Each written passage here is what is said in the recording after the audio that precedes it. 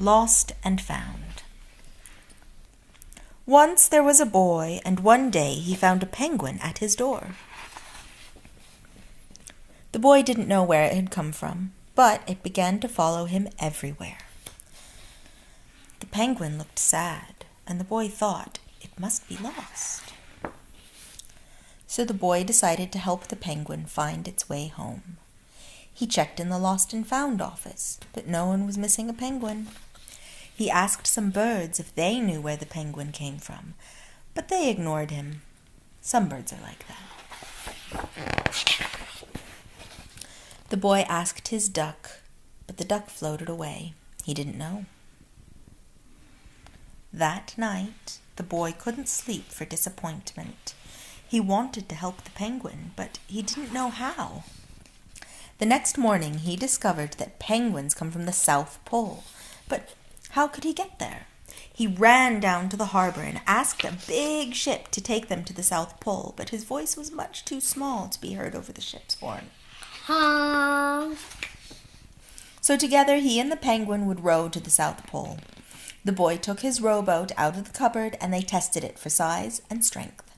They packed everything they would need, and together they pushed the rowboat out to sea. They rowed south for many days and nights, with the boy telling stories all the way. The penguin listened to everything that the boy said.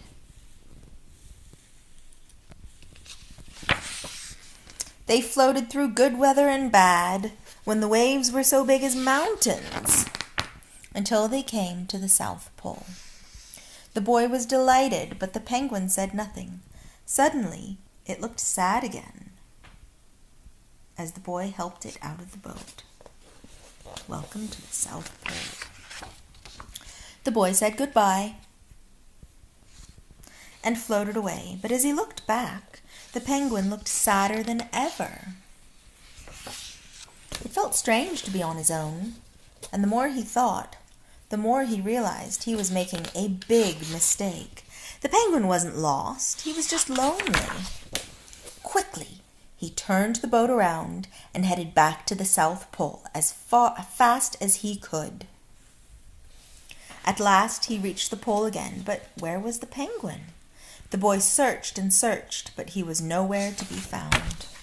Sadly, the boy set off for home. There was no point telling stories because there is no one to listen except the wind and the waves. But then the boy saw something in the water ahead of him. Closer and closer he got until he could see the penguin. He has this. He took one of these.